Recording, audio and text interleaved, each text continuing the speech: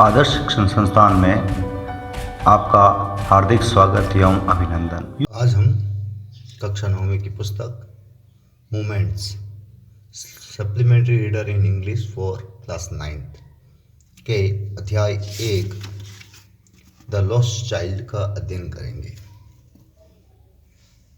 इसके लेखक हैं मलुकराज आनंद। इस अध्याय के 2 पैराग्राफ का हम अध्ययन करने वाले हैं। पाठ की विषय वस्तु को समझते हैं। एक बालक जो अपने माता पिता के साथ मेले में घूमने जाता है और वो रास्ते के किनारे पर पड़े हुए खिलौनों से बहुत आकर्षित होता है। वह अपने माता पिता से उनकी मांग रखता है कि वो उसे दिलाएं, लेकिन उसके माता पिता उसे दिलाते नहीं हैं। उसकी प्रबल इच्छा तो होती है कि वो खिलौनों को खरीदे, लेकिन वो उसकी इच्छा पूरी नहीं होती है। फिर अचानक ऐसा एक घटनाक्रम होता है कि कोई वो उन खिलौनों को नहीं दिलवाना चाहता उस बालक को, लेकिन वो उन खिलौनों को लेने के लिए राजी नहीं होता है। तो इस घटना के माध्यम से कवि बालक के मन में उत्पन्न होने वाली उन परिस्थितियों के बारे में पाठ में विस्तार से बताता है। इस अध्याय में आज हम 2 पैराग्राफ का अध्ययन करेंगे। सर्वप्रथम हम पाठ में प्रयुक्त शब्दकोश का अध्ययन करेंगे। पहला शब्द है स्प्रिंग। स्प्रिंग का अर्थ होता है the season of the year between winter and summer, यानी कि सर्दी व गर्मी के बीच का जो मौसम आता है जिसे हम बसंत ऋतु कहते हैं, इंग्लिश में उसको स्प्रिंग कहते हैं। जब मौसम के अंदर पत्तियां हैं, मौसम थोड़ा गर्म हो जाता है, पौधों में नई पत्तियां उगती है और फूल उगने शुरू हो जाते हैं।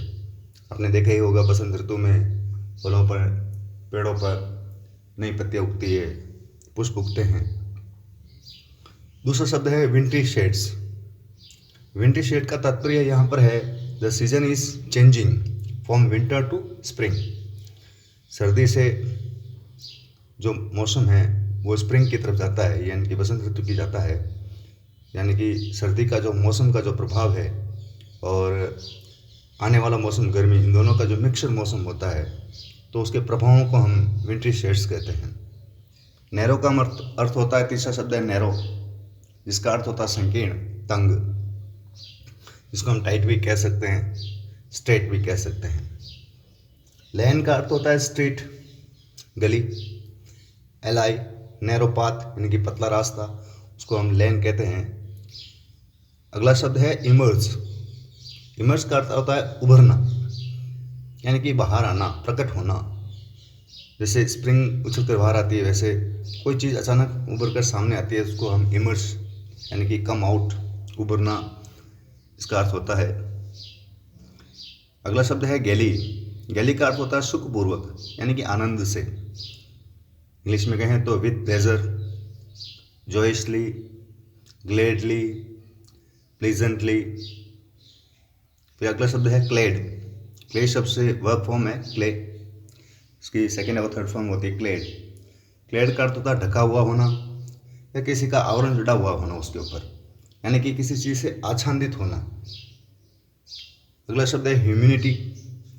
ह्यूमैनिटी का मतलब होता है मानवता। वैसे the quality of being kind and understanding, यानी कि किसी को समझने की क्षमता होना या किसी के प्रति दयालु होना ह्यूमैनिटी कहलाता है। वह फॉर्म आ गई एक राइड। राइड का मतलब होता है सवारी करना, जिसकी 3 फॉर्म्स है ride, rode, ridden. Brim. Brim का अर्थ होता है to be full of something, यानी किसी से भरा हुआ होना, full of, fill as much as possible, यानी अधिकतम उसको महसूस करना, यानी किसी चीज़ से भरा हुआ होना। एग्जाम्पल के माध्यम से समझ सकते हैं इसको। मैं कहूँ तो his eyes brimmed with tears, यानी कि उसकी आंखें जो है ब्रिम्ड यानी भरी हुई है, आंसुओं से भरी, यानी ब्रिम का अर्थ हुआ भरा हुआ होना। दूसरे पैराग्राफ के प्रमुख शब्दकोश हैं लैग, LAG, लैग। लैग का अर्थ होता है टू मूव और डेवलप, विकसित होना, लेकिन कैसे? धीरे। देन समबडी और समथिंग, यानी कि पीछे रहना। विकास में या मूवमेंट में, हलचल में, चलने फिरने में किसी से पीछे रहना, उसका अर्थ होता है लैग। फैसिनेट का अर्थ होता है किसी से आकर्षित होना। टू अट्रैक्ट और इंटरेस्ट समबडी वेरी मच, किसी में बहुत ज़्यादा आकर्षण होना, उसके प्रति आकर्षित होना फैसिनेट कहलाता है। हरी का अर्थ होता है जल्दी करना, कुछ चीज़ को तीव्रता से करना।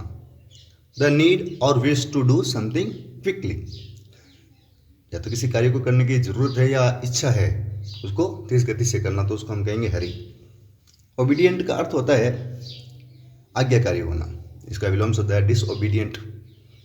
इसका मीनिंग समझते हैं, do what you are told to, यानी कि आपको जो कहा गया है वो आपको करना है, उसको हम कहते हैं आज्ञा का पालन करना। इसको आज्ञा का पालन करने वाले को ओबीडियंट कहते हैं। लिंगरिंग का अर्थ होता है स्लो या लेजी, धीरे। और एक लिंगरिंग का मतलब भी ये भी होता है कि किसी की तरफ देखते हुए रहना या उसकी तरफ आकर्षित होना भी होता है।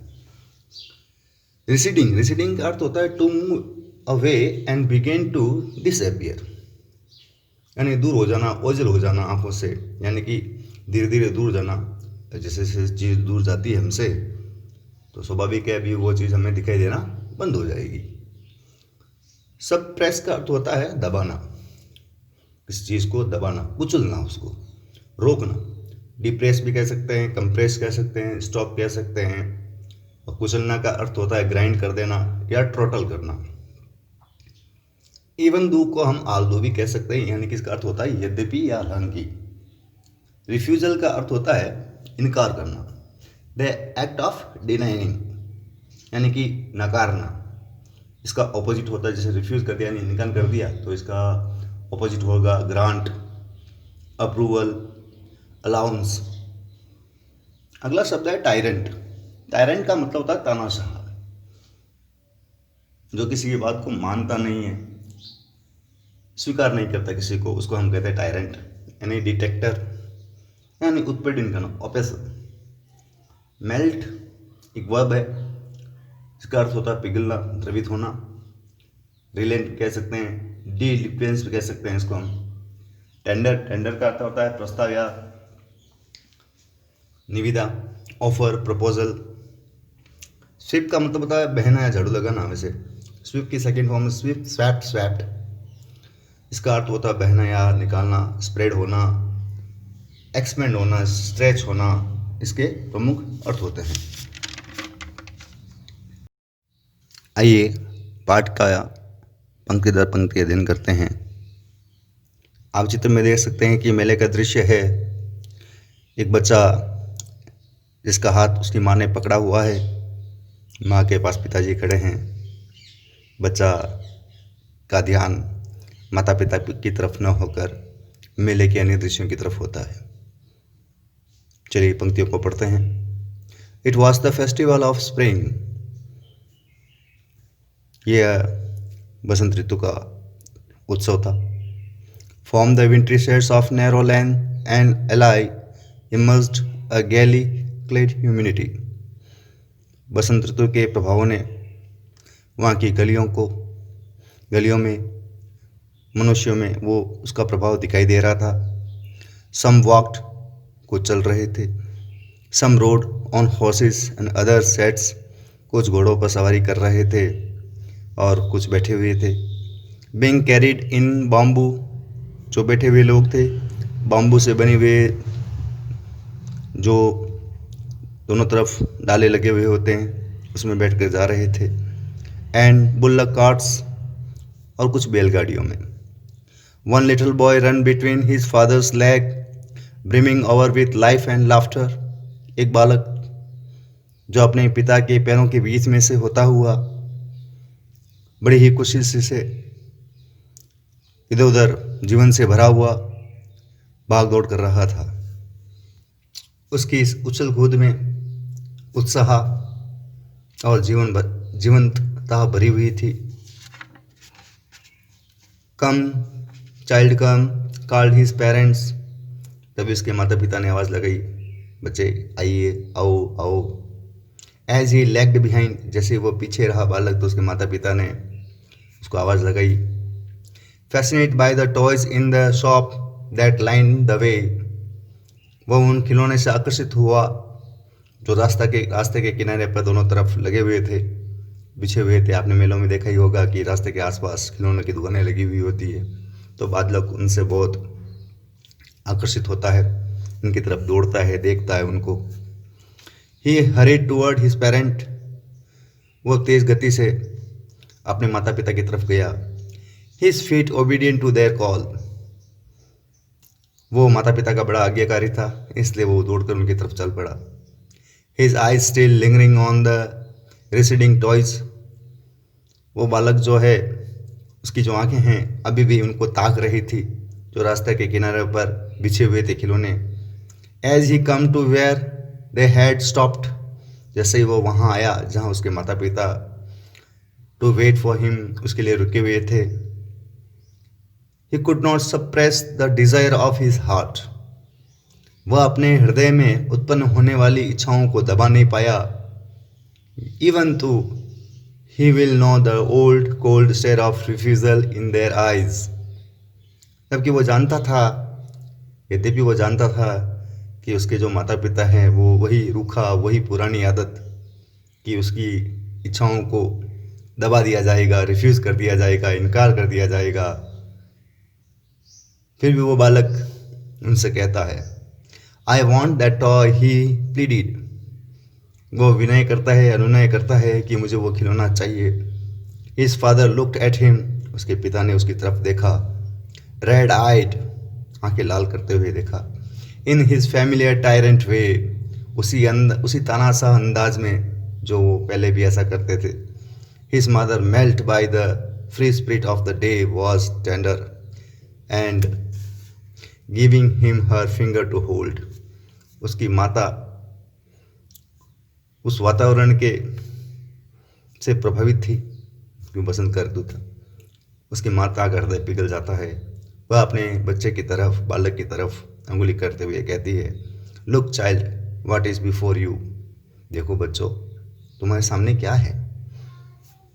It was a flooring mustard field, ये जो सरसों का खेत है, पेल लाइक मेल्टिंग गोल्ड, जैसे पिघला हुआ सोना है ऐसा दिख रहा है। आपने सरसों के खेत देखा ही होगा, बसंत ऋतु में फूलों से आच्छादित रहता है और चारों ओर ऐसा लगता है जैसे कोई पिघला हुआ सोना बह रहा हो। As it swift across miles and miles for even land, जो दूर दूर तक फैला हुआ था। तो जो पैराग्राफ हमने पढ़ा इसमें शुरुआत का एक दृश्य है जिसमें बालक मेले में जाता है, खिलौनों से आकर्षित होता है, लेकिन उसके जो पिताजी होते हैं बड़े रुखे स्वभाव के होते हैं, वो बच्चों को उसकी इच्छा पूर्ण नहीं करते हैं। इसलिए बालक के मन की जो इच्छाएं हैं और प्रबल होने लगती है, वो खिलौनों की तरफ और ज़्यादा आकर्षित होता है। माँ उसे समझाने का भी प्रयास करती है। इस प्रकार का ये दृश्य है, वहाँ के मौसम का दृश्य है, उस जो वातावरण है वहाँ का वो भी बड़ा सुनहरा था। तो माता उसको समझाने का भी प्रयास करती है। इस प्रकार हमारी इस कहानी की शुरुआत होती है। आगे का भाग हम अगले अध्याय में पढ़ेंगे। धन्यवाद।